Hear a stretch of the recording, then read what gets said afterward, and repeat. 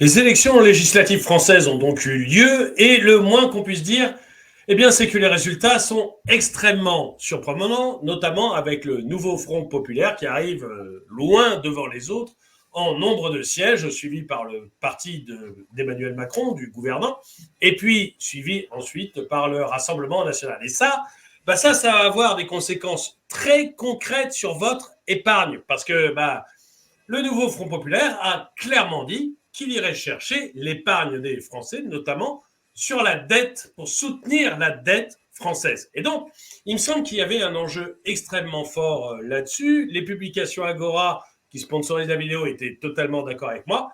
Et c'est pour ça que j'ai invité Philippe Béchade pour qu'on puisse en parler ensemble. Philippe Béchade, bonjour. Bonjour.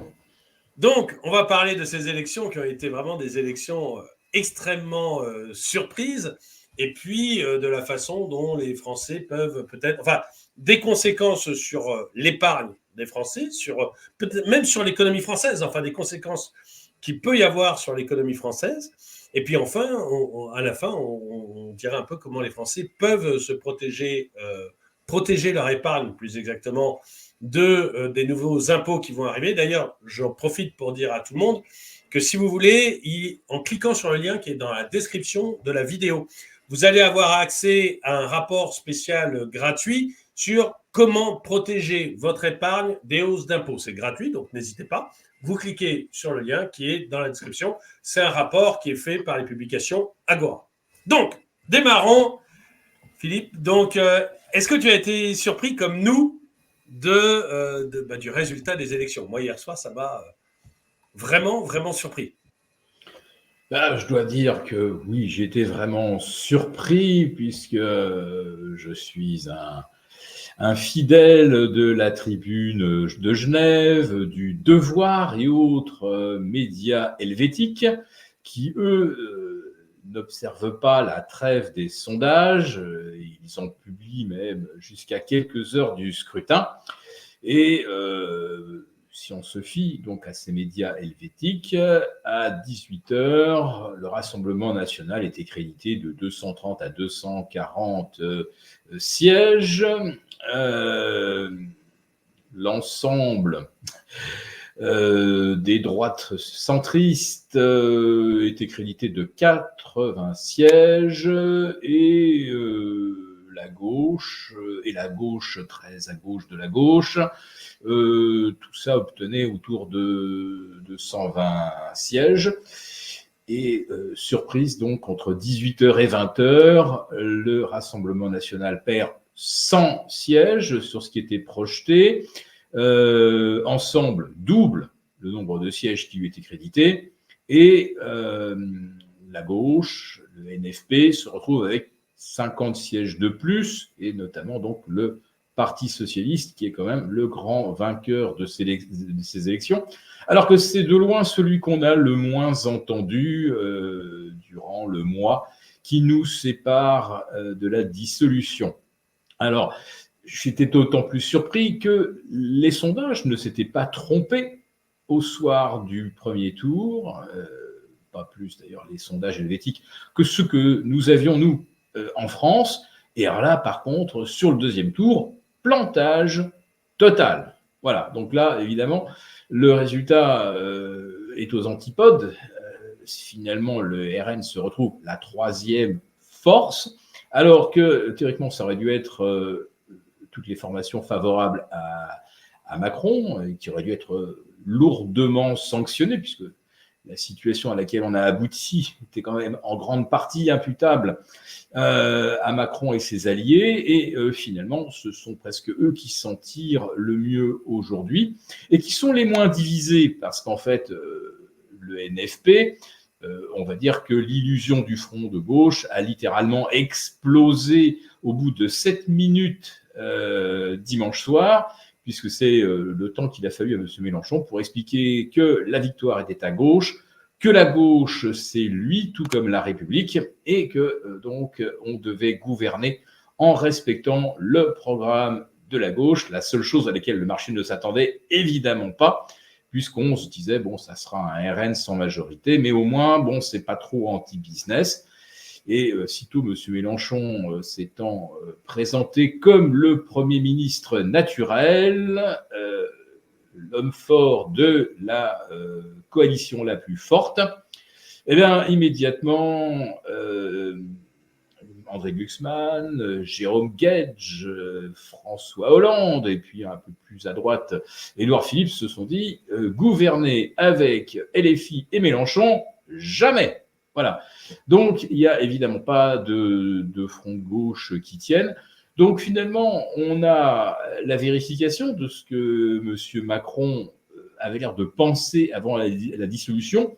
La France va devenir ingouvernable. Alors, pour ceux qui n'en étaient pas convaincus, eh bien maintenant, ils le sont, avec le résultat des élections. Évidemment, aucune coalition majoritaire ne peut voir le jour, sauf à ne proposer rien qui fâche.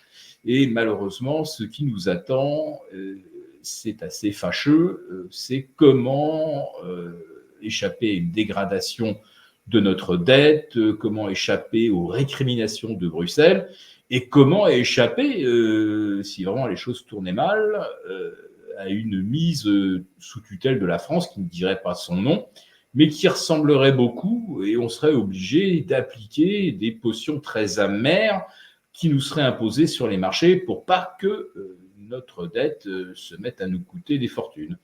Voilà, donc on va maintenant faire face aux vrais problèmes que la dissolution n'a évidemment pas résolus. Oui, parce que j'en parlais dans d'autres vidéos, mais en fait, on se retrouve avec toutes les instances internationales qui nous disent la France, vous avez un problème.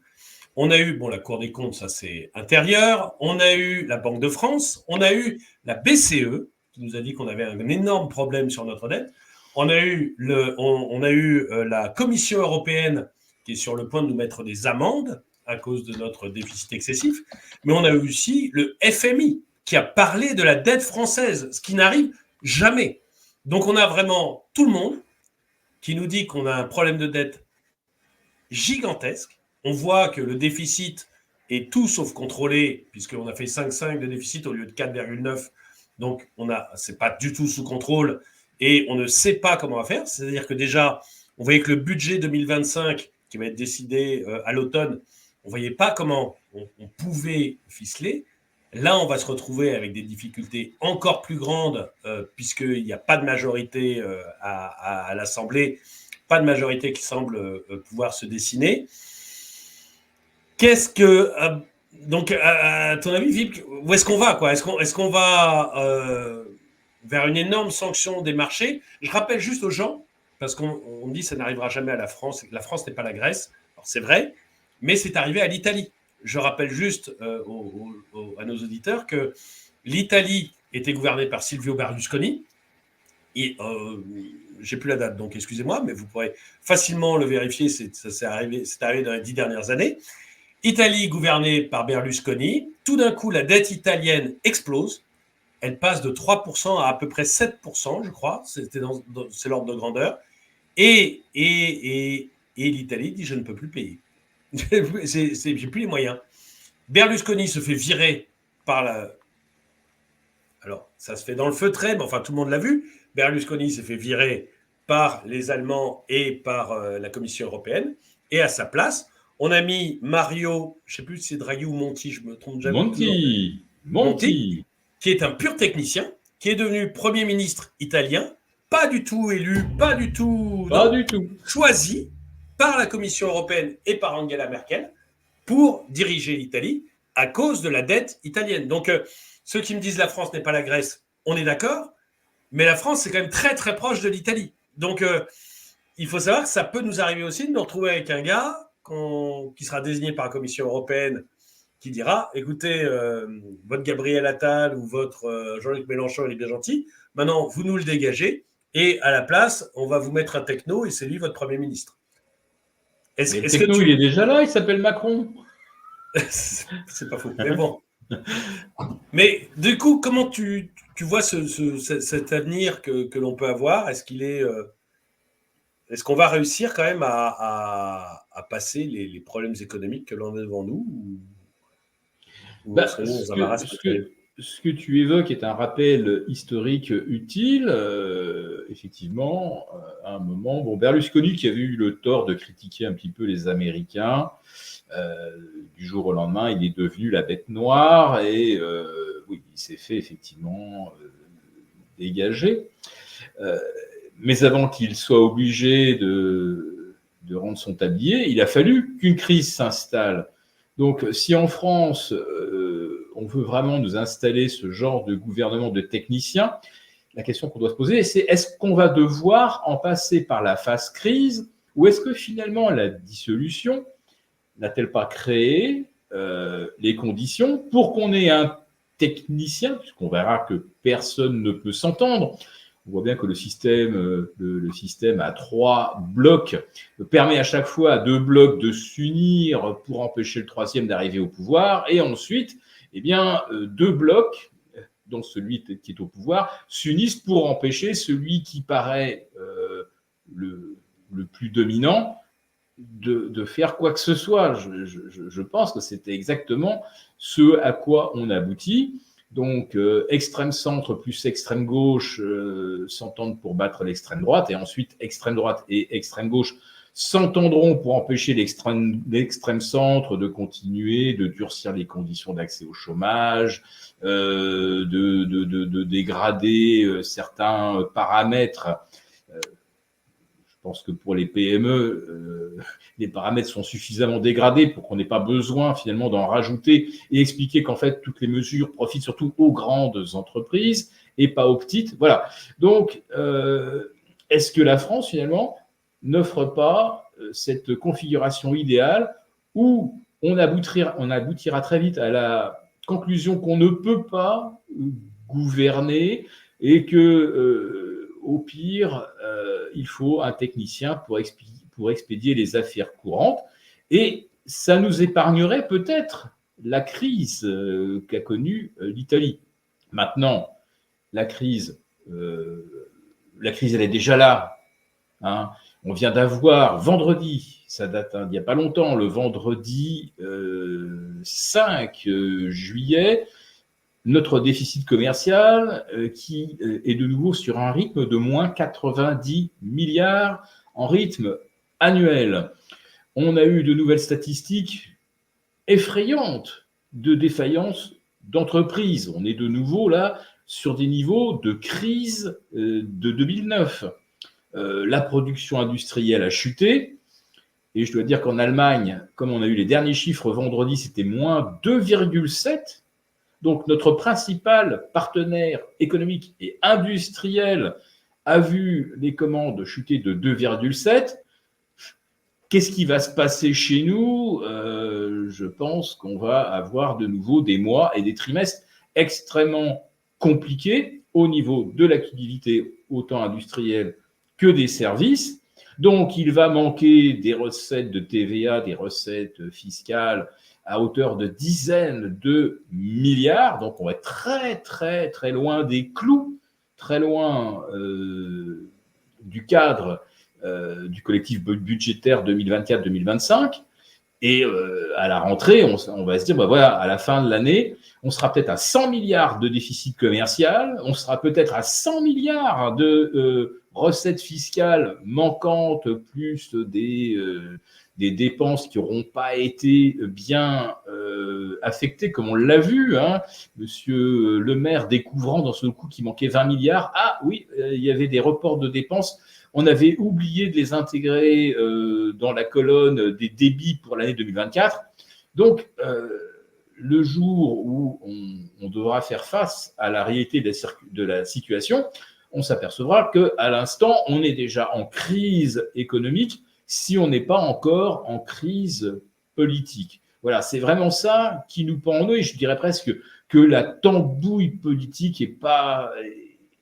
Et même pas le vrai problème du moment, c'est que les vrais problèmes économiques, on est déjà dedans et déjà incapable de s'en sortir, à moins, et ben c'est de ce dont on va parler, je pense, dans les prochaines minutes. Oui, parce que moi, ce que j'ai beaucoup entendu pendant la campagne, et surtout la dernière semaine. Il y a deux choses que j'ai entendues. J'ai entendu beaucoup évoquer, justement, de mettre des technos dans le gouvernement. C'était la première fois que j'entendais ça en France, mais j'ai vu Le Parisien, j'ai vu, je me rappelle plus, 2 ou 3 journaux qui disaient, tiens, si on avait un gouvernement de techno.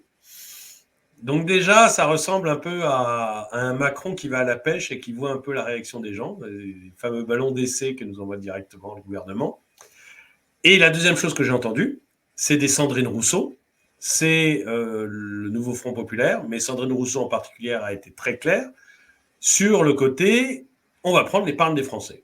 C'est-à-dire que les Français, ils sont gentils, mais on va les obliger à prêter une partie de leur épargne à l'État pour sortir l'État de son problème de dette. Bon, c'est pas la première fois qu'on l'a fait, hein. La France l'a déjà fait, ce genre de choses, il y a longtemps.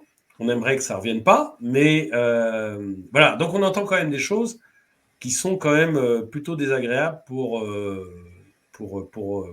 l'avenir. Et donc ma question, ça serait un peu, à ton avis, pour l'épargne, est-ce qu'il y a un véritable danger?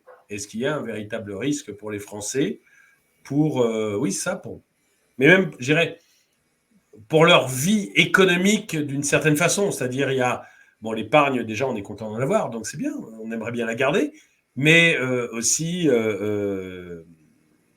garder son boulot, garder où est-ce qu'on va droit, vraiment, vers une période extrêmement compliquée.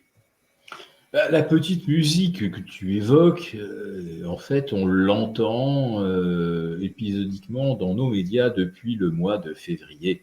C'est depuis février qu'on entend que l'épargne des Français est énorme, mais qu'elle est mal affectée, qu'elle ne sert pas suffisamment à dynamiser l'économie, et puis que globalement en Europe, on a aussi beaucoup d'épargne qui dort, et que l'Europe étant un grand projet, il faudrait qu'on revivifie toute cette épargne.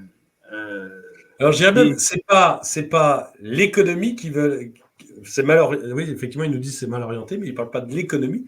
Ils nous parlent de la transition énergétique, donc de l'amour de la planète, et de la guerre en Ukraine. C'est-à-dire qu'ils aimeraient que notre épargne elle aille soit pour fabriquer des chars à donner aux Ukrainiens, soit pour sauver la Terre dans des projets verts. Moi, c'est à peu près ce que j'ai entendu. Sans compter Sandrine Rousseau qui veut carrément la prendre pour... voilà. Parce que tu as très bien entendu. Tu as parfaitement entendu, effectivement. Il faut que qu'on mette un coup de booster à la transition énergétique. Bon, le problème, c'est qu'on va très vite s'apercevoir qu'on n'a pas assez de matières premières pour la mener au rythme sur lequel on est déjà lancé, mais on voudrait accélérer. Là, on va quand même rire.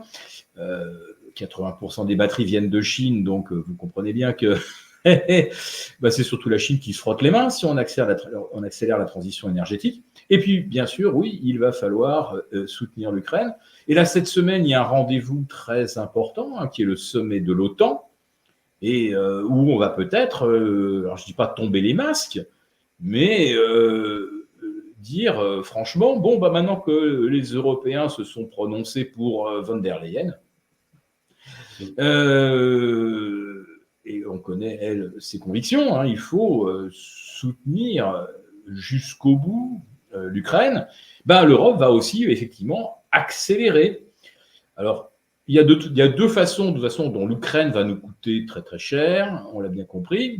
D'abord, on la soutient militairement, on lui fournit des armes, et puis plus la guerre dure, plus la reconstruction de l'Ukraine sera coûteuse, et plus l'Europe, qui s'était engagée à mettre beaucoup de sous, ça lui coûtera évidemment énormément d'argent. Moi, je veux dire que si vous me trouvez 3 000 milliards d'épargne européenne qui dort, c'est-à-dire qui n'est pas affectée déjà à des émissions obligataires d'État ou des émissions privées, je ne sais pas ce qu'ils appellent de l'épargne qui dort. Un livret A, c'est de l'argent qui est à la disposition de la Caisse des dépôts. Si vous siphonnez le livret A pour un grand plan d'épargne européen, qu'est-ce qui va rester à la Caisse des dépôts et consignations? Alors, allons-y, le monétaire, alors ça, c'est vraiment de l'argent qui dort, le monétaire. Mais c'est des OAT, très majoritairement. Donc, tout l'argent est déjà en grande partie affecté. Donc, après ça, oui, peut-être quelques liquidités. Peut-être qu'en moyenne, les Français ont 400 €. Je dis bien en moyenne, parce que je pense à tous ceux, évidemment, qui sont déjà dans le rouge le 10 du mois. 400 ou 500 € d'épargne comme ça pour faire face à des frais. Mais cette histoire d'épargne qui dort, oui, parce qu'elle est sur des produits qui dorment, mais elle est déjà affectée. Donc, je ne sais pas, où est-ce qu'on la trouve? Ou alors, on décide qu'on imprime plus d'argent. Alors, à ce moment-là, c'est autre chose. Si on imprime de l'argent comme en 2020, 2021, ah bah oui, là, on va pouvoir créer un grand plan d'épargne.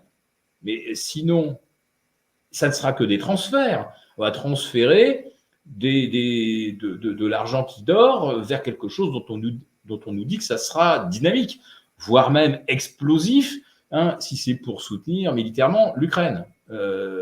Voilà. Mais cette petite musique-là, oui, on l'entend déjà depuis le mois de février. Et puis, je vais rebondir sur ce que tu dis. Sandrine Rousseau, son projet de taxer l'épargne, ça fait consensus. Elle est élue au premier tour quand même.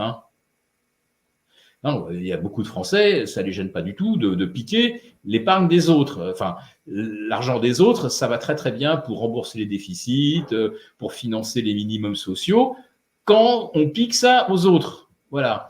Donc ça, c'est l'état d'esprit. Mais on comprend bien que si jamais quelqu'un au sommet de l'État proposait ça, vous n'auriez pas beaucoup de monde dans la rue pour dire mais c'est du vol, c'est la spoliation qui continue. Ça ne va toucher que des gens qui ont déjà une vie privilégiée de l'épargne, ils ont bien de la chance d'en avoir, donc à la limite.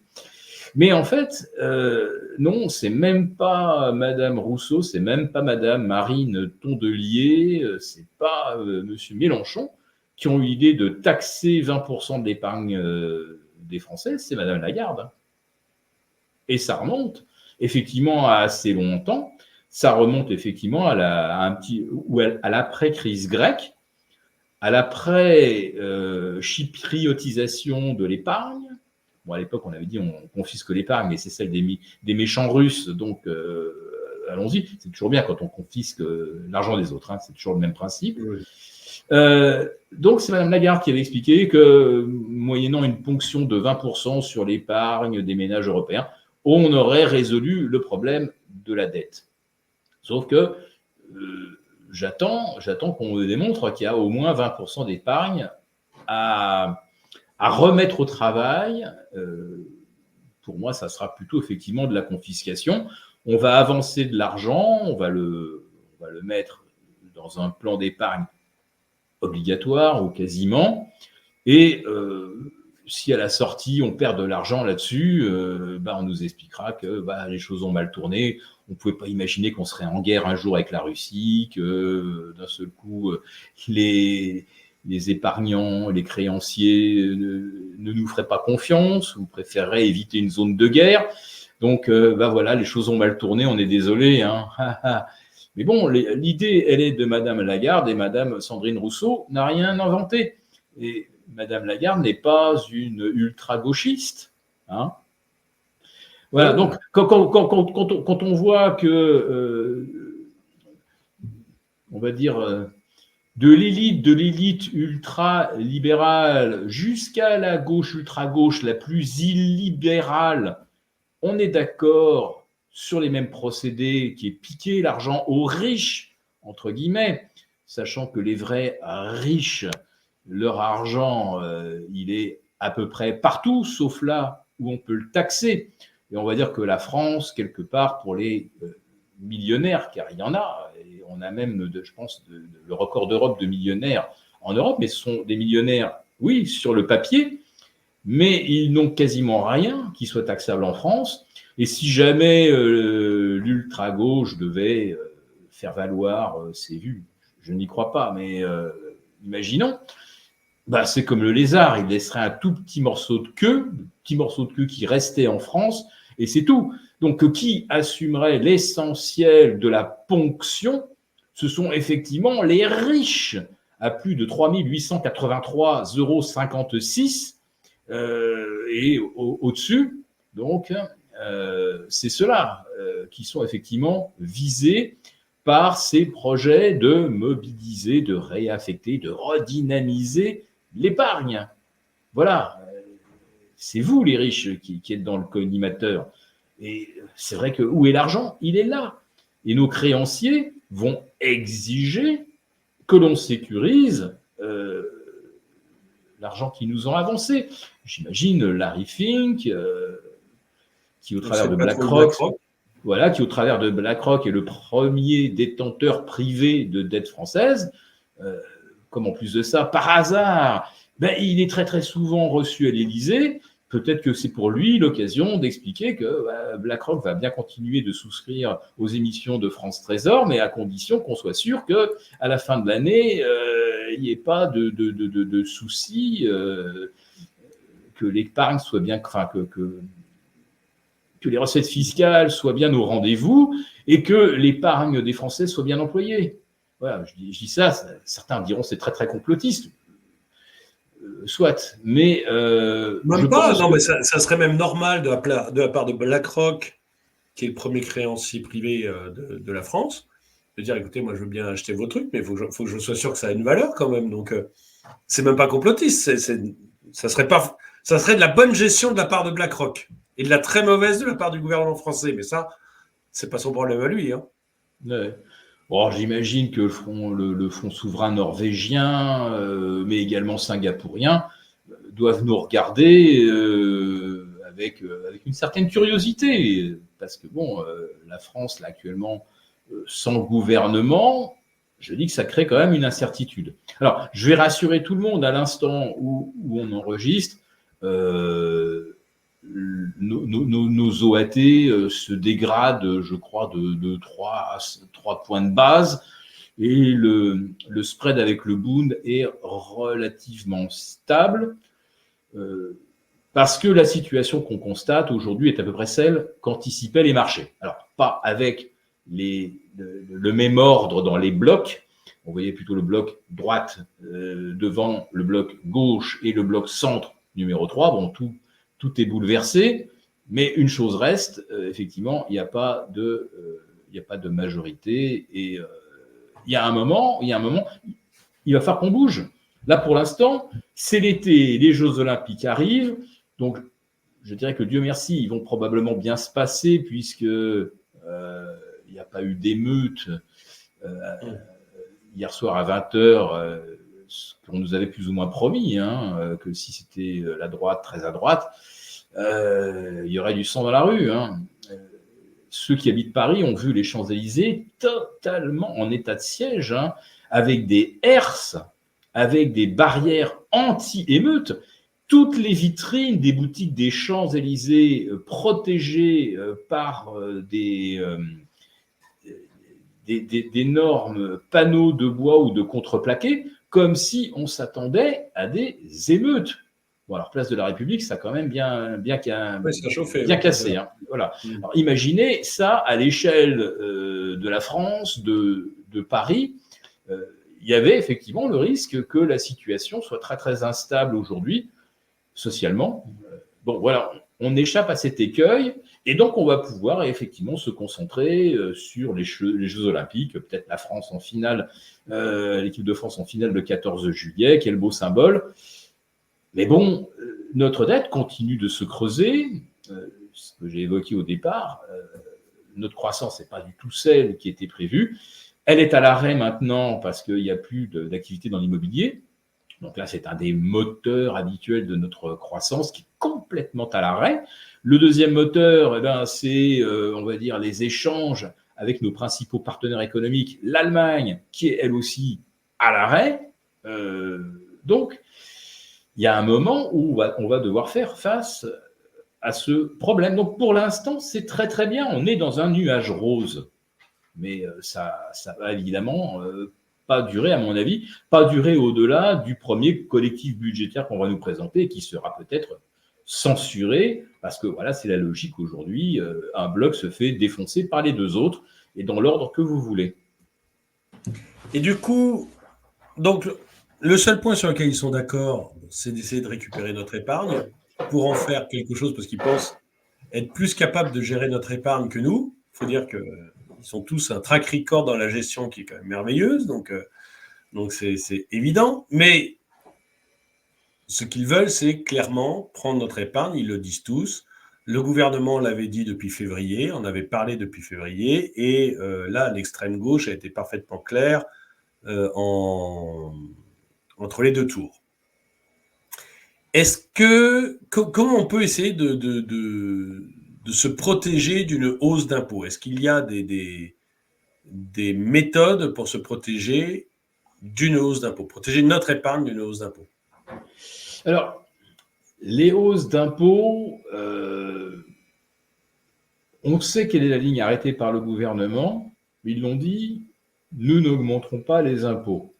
Donc, ils ont simplement diminué toutes les prestations sociales auxquelles on peut avoir droit, et notamment donc le chômage, raccourci de 24 à 15 mois, c'est quand même pas rien. Enfin, comment c'est passé sans que la France entière soit dans la rue? Je trouve que ça a été c'est presque un tour de magie. Ils sont quand même très très forts. Hein. On nous a tellement parlé de l'Ukraine, on nous a tellement parlé du péril du fascisme à nos portes, que les Français se sont littéralement laissés plomber leur système de retraite, pardon, pas de retraite, mais d'indemnisation chômage, qui était excédentaire, sauf quelques caisses, et qui, comme par hasard, ne sont pas celles du privé, mais celles du public. Donc c'est bien le privé qui va se retrouver avec des conditions bien différentes. En tout cas, les gens qui cotisent pour les caisses du privé se voient privés d'une prestation qu'ils ont financée par des caisses qui sont excédentaires. Qu'est-ce qu'on nous raconte là, que le chômage coûte trop cher? Mais il coûte trop cher uniquement à quelques régimes d'État. Mais globalement, les caisses de tous les organismes qui nous financent le chômage, ces caisses sont au vert. Enfin, c'est extraordinaire qu'on ait réussi à faire passer ce mensonge.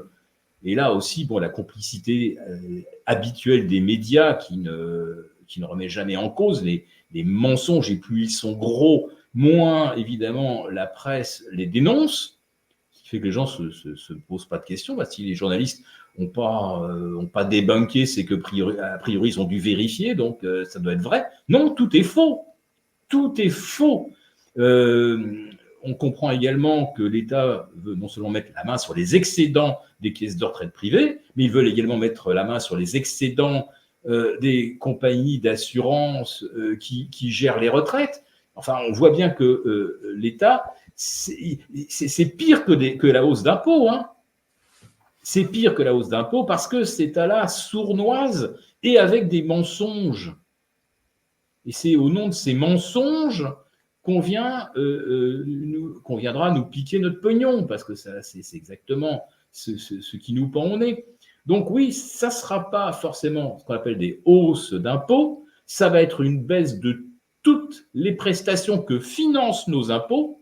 Et je me demande aujourd'hui qu'est-ce qu'on peut encore baisser d'ailleurs dans les prestations.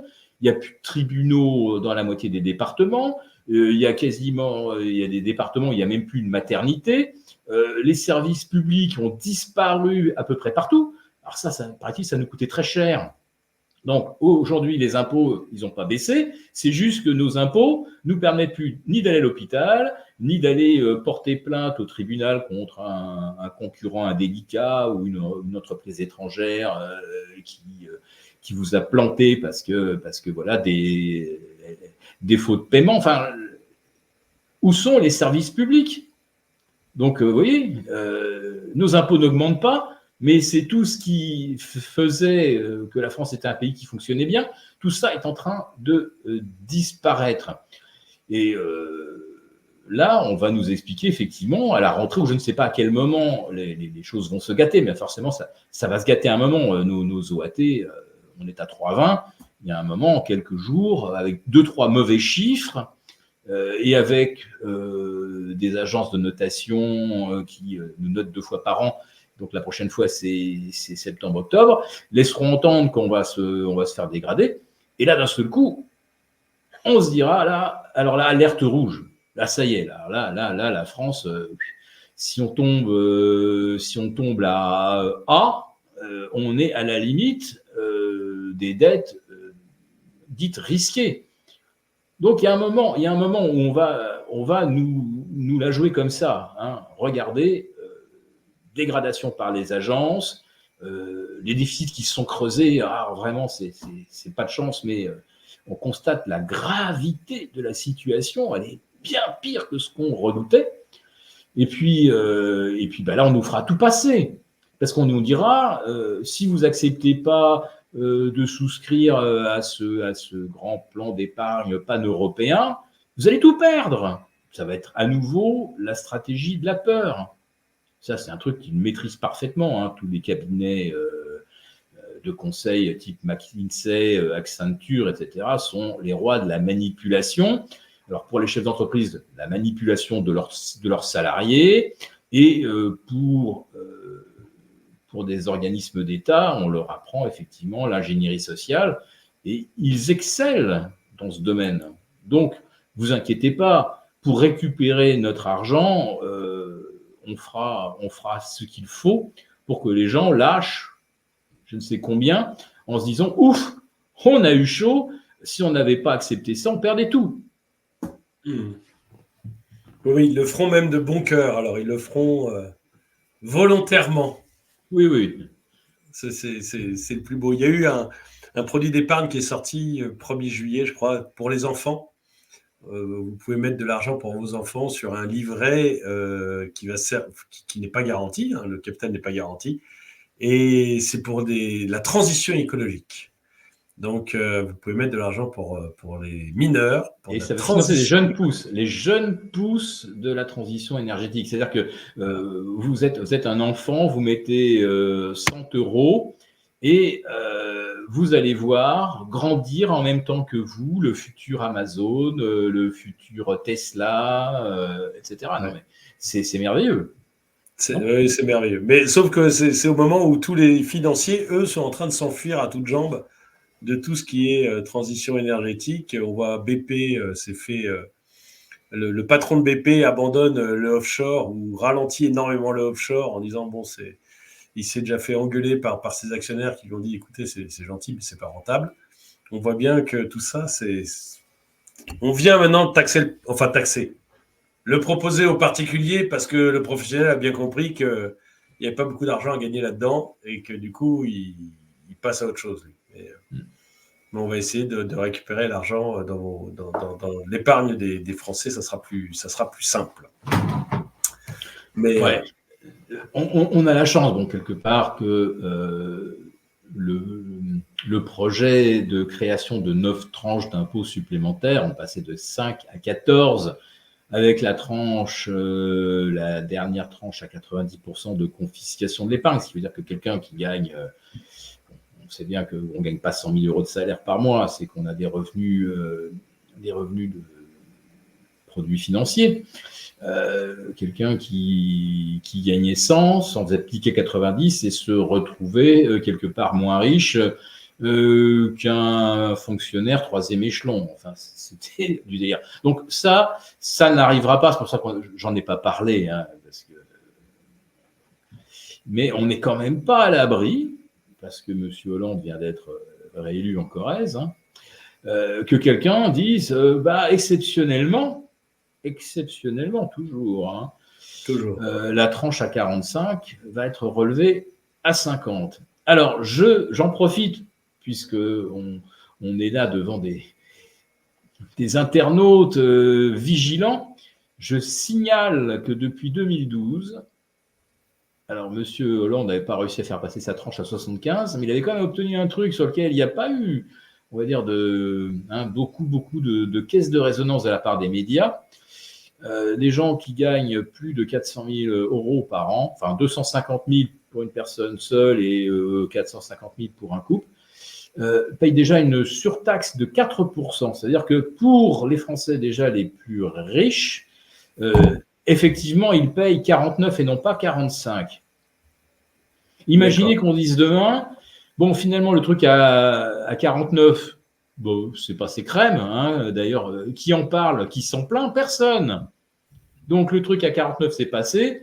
Et si on le passait à 50? Mais pour tout le monde. Hein.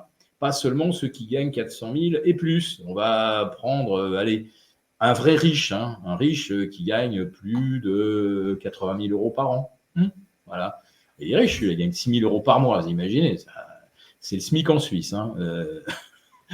Donc, imaginons ça, une tranche à 50, elle rapporterait pas mal d'argent. Voilà. Et on ne dirait pas que c'est une hausse d'impôt, on dirait que c'est une contribution exceptionnelle. Oui, c'est ça. Ou un haircut sur toute l'épargne française, en disant, voilà, comme ce que proposait Christine Lagarde. Voilà, donc on ne montrera pas les impôts parce que... Voilà. On ne montrera pas les impôts puisque ça ne touchera que 1% des Français. Alors, je rectifie parce que j'ai les chiffres en tête. En fait, 1% de Français gagnent plus de 8 000 euros par mois. D'accord. Donc, si vous êtes à 6 000, vous êtes à 1,5% des Français.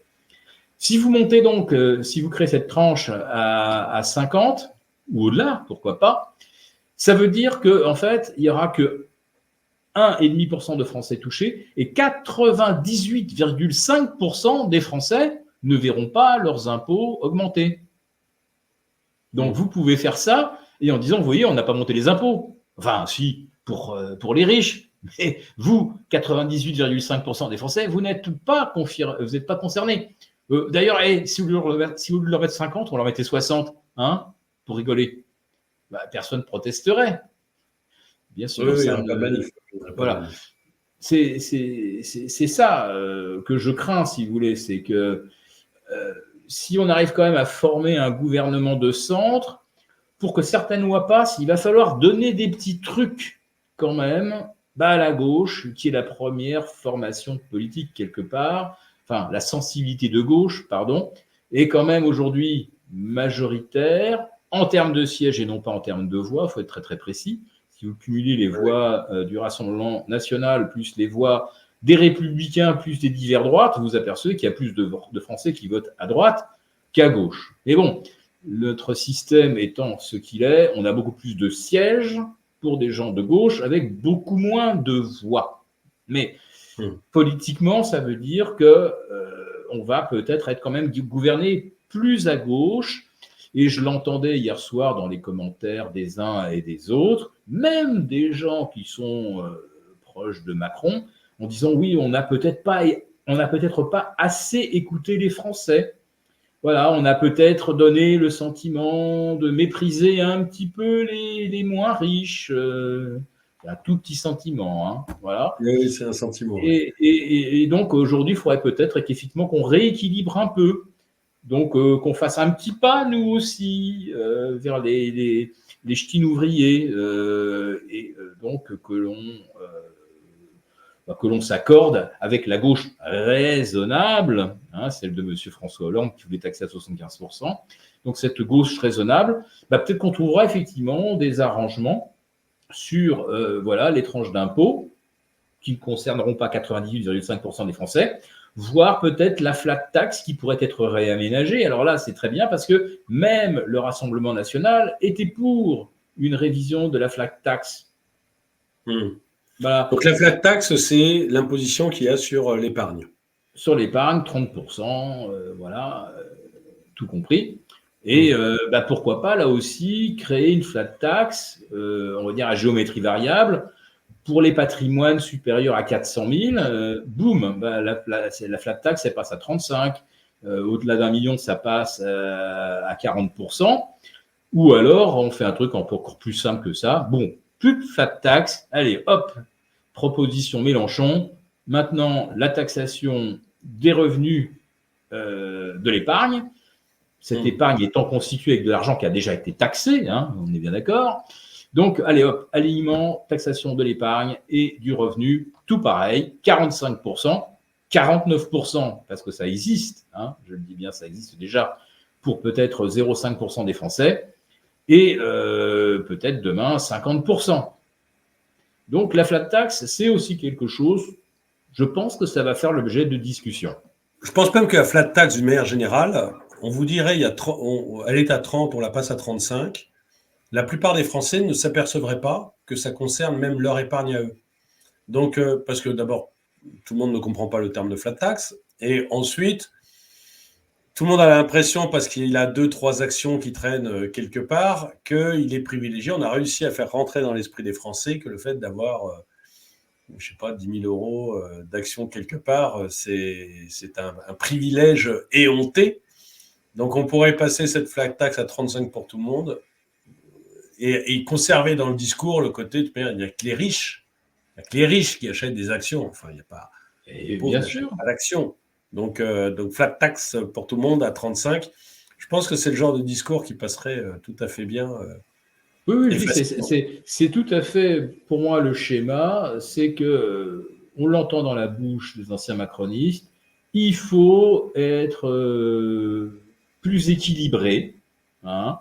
On ne dit pas plus équitable, parce que déjà, je trouve que les gens qui sont dans les tranches à 45%, ils sont déjà sévèrement matraqués, alors que ceux qui sont très, très, très riches, eux, ça les fait rigoler, 45%, eux, s'ils payent en tout et pour tout 10%, c'est vraiment le bout du monde. Donc, oui, c'est toujours pareil, faire payer les autres. Et le Rassemblement national avait comme projet éventuellement de faire une franchise de 60 000 euros de revenus de l'épargne qui restait à la flat tax à 30%, et au-delà de 60 000, alignement sur l'IRPP. Alors pourquoi 60 000 ? Je ne sais pas. Pourquoi pas 80 000 ? Pourquoi pas 66 666 ? Je ne sais pas. Mais bon, voilà. Enfin, en tout cas, ce qu'on comprend, c'est que tout le monde a bien un projet de refonte de la flat tax, de l'ultra-gauche, en passant par les écolos avec lesquels je pense qu'on aura du mal à mettre en route les prochaines centrales nucléaires au passage. Ça va être catastrophique. Voilà. Donc voilà, là encore, ça fait consensus. La flat tax, c'est quelque chose sur lequel Macron pourrait réussir à réunir un consensus, et sans que ça affecte beaucoup ses amis milliardaires, parce que de toute façon, ils auraient au fait de redélocaliser une partie de leur épargne.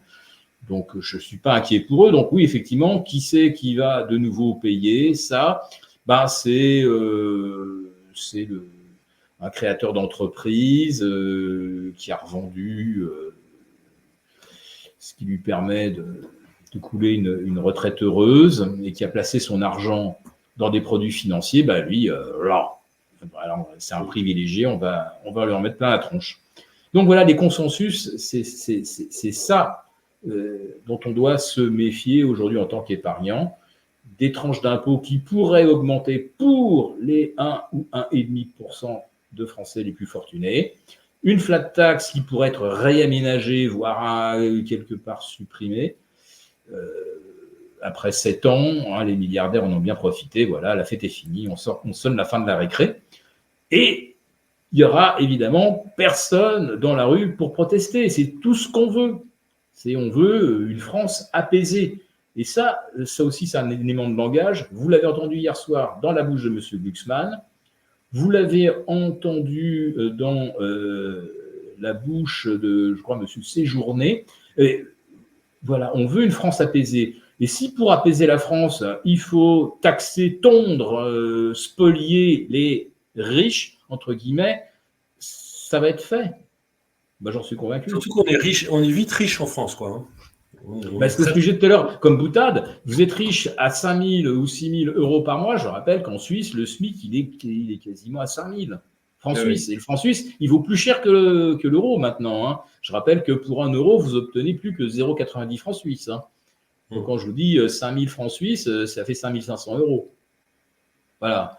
Donc, on est un pays qui s'est littéralement effondré dans le classement mondial des pays dits riches. On est derrière la Corée du Sud maintenant, on est derrière, je ne vais pas vous citer tous les pays, mais je crois même l'Australie, enfin, on est complètement tombé, quoi. C'est incroyable. Dire qu'on est riche aujourd'hui avec 5 000 € ou 5 000 $, un Américain, ça le fait rire. Enfin, et quant au luxembourgeois, alors lui, il doit se dire, mais c'est quoi ce pays du Sud qui est en train de présenter tous les traits d'un pays sous-développé, quoi. Enfin, en termes de niveau de vie général. Oui, non, mais on s'en rapproche. Hein. Mais la tiers-mondisation de la France est vraiment en cours. En tout cas, la smicardisation, c'est sûr, puisque je crois qu'en l'espace de 2 ans, le nombre de smicards a augmenté de 15%. Ouais. Alors qu'on aurait aimé plutôt apprendre qu'en 2 ans, grâce à la gestion brillante de M. Bruno Le Maire, grâce au retour des investisseurs étrangers, nous avons augmenté de 15% les salaires à 5 000 € et plus par mois. Non, c'est le SMIC, c'est pas les hauts salaires, et il n'y a rien y fait. Hein.